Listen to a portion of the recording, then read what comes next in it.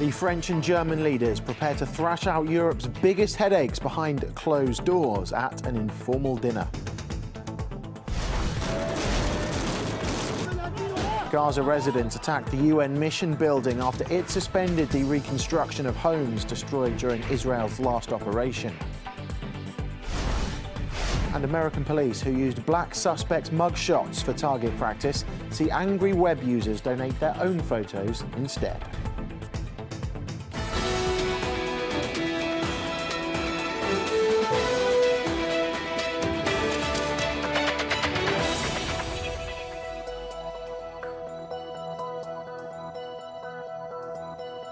Hello, you're watching RT International, coming to you live from Moscow, where it's midday. Islamization, EU sanctions against Russia and the rise of Eurosceptic political forces. That's set to somewhat spoil the appetite of the German and French leaders at their dinner on Friday. Angela Merkel and François Hollande are expected to discuss Europe's next chapter behind closed doors during an informal get-together in Strasbourg.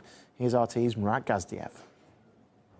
The talks, by their very nature, are going to be incredibly abstract. They're going to be talking about the European Union and the Eurozone years and years ahead into the future. As for who is going to be doing the talking, well, they're two very different partners, almost in different weight categories. You have France with its sluggish economic growth, its internal resistance to change, and then you have Germany, a powerhouse of Europe, with its incredibly dynamic economy, and the two can't even agree on what to do about the euro crisis, with Germany demanding merciless austerity and France electing to borrow their way out of a debt crisis. But some of the problems the two will face in the future are very similar, if not the same. For example, you have the problems of immigration and Islam. With more migrants coming to Europe and settling here, it's become apparent that they aren't integrating fast enough. And then the problem of Islam. Hundreds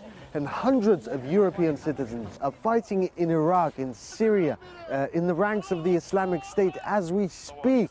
And those could then come back to Europe, bringing back with them not only terror, but spreading their ideology, their radical ideology here in Europe. And then you have the disaster in the east, the civil war in Ukraine, Europe falling out with Russia, which is, after all, its chief energy supplier and one of its largest markets for cars, for services, for goods. It's hard to imagine a prosperous Europe without at least some partnership with Russia. And then there's the problem of what's happening in Greece right now, which is that the Greeks are rebelling. They're challenging the established, if unofficial, hierarchy within the European Union. So they're going to have to decide on how to deal with the rebellious states, future ones, in Europe. So a lot on the plates of French and German leaders as they sit down to chat over Europe's future. So when it comes to Greece's debt, there are no small numbers. It's worth hundreds of billions of dollars, which works out to just under 100,000 euros per worker in Greece. Not that wages can keep up. The most recent statistics say they've dropped year on year to around 1,200 euros a month. Well, the new Greek government is seeking to be let off from some of its bailout debt, something the rest of the EU is not eager to approve. A spokesman for Angela Merkel said Greece can't erase its obligations with an election. The Finnish Prime Minister simply refuses to forgive the loan, while one EU Central Bank Board member called on Athens to play by the rules. Well, the individual interests of EU members have already swelled anti-Brussels sentiment among even the main players. In Italy, the idea of breaking away from the bloc is gathering momentum. Some media have labelled the man behind the movement there as the most dangerous in Europe.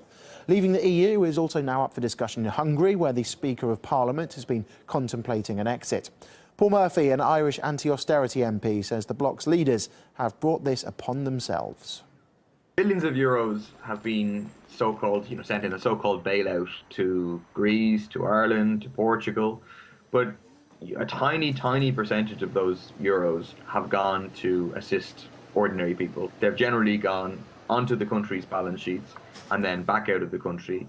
So that there has been no bailout of the Greek people or the Irish people or the Portuguese or the Spanish people. What there has been is a Europe-wide and worldwide bailout of the banks at the expense of working people, at the expense of the 99% across Europe. So I think all of us across Europe should stand with the Syriza government and should stand with working class people in Greece in demanding a debt write-down, not just for Greece, but for all those countries where you have unsustainable debts. The new Greek parliament may be less than a week old, but it's already taken on the EU over its anti-Russia sanctions. The bloc's foreign ministers this week held back from widening the sanctions, choosing instead to extend the current ones, something the Greeks claim is a diplomatic victory. Well, let's bring in Professor Bruno Dvorsky from the National Institute of Eastern Civilizations, who joins us now live here on RT International. Thank you very much for your time. Greece isn't exactly in Europe's power club, is it? How much influence do you think they really had on the decision not to tighten sanctions? No, Greece has not a strong influence in Europe, but the Greek situation, the economical situation of Greece is so difficult for Europe that Europe has to negotiate with Greece some agreements, and on that field, it's obvious that Greece has some possibility to negotiate and to have an influence over the European diplomacy. The problem is that there is an economical problem on one side and the diplomatic problem of European Union with Russia. And these two problems are two different levels. But of course, from the point of view of Athens, it's very logical to use both of them in the negotiations. Well, do you think that now that Greece has spoken out against the sanctions, do you think other member states will follow their lead? I think that already we have some states like Slovakia, like Hungary, like Austria, like Czech Republic, even to a certain extent, that are more and more doubting about the sanction politics against Russia. And in the same time, in Germany, there are strong tensions about what has to be the strategy concerning Russia. So, Europe needs now radical change, but the question is if European leaders, and especially German and French leaders, are ready to this radical change. For the moment, it looks that they can't, but that they are not, but to a certain extent they will be obliged to for economical reasons, not only for political reasons, but for economical reasons, because Europe needs Russia to have some stabilization. So is it your interpretation that sanctions might get tightened in the near future or not? I mean, the EU leaders, you mentioned Hollande and Merkel, they have their summit next month, of course. I don't know for short term. Maybe they will not be tightened for short term. For the long term, it's the only solution if they don't want a tension strategy and a war strategy, because of course it's always a possibility. But if we have to speak rationally with rational with rational politicians, it looks obvious that earlier or later Europe will have to tighten sanctions. So are the sanctions working then? Have they helped to resolve or de-escalate the Ukrainian crisis in any way?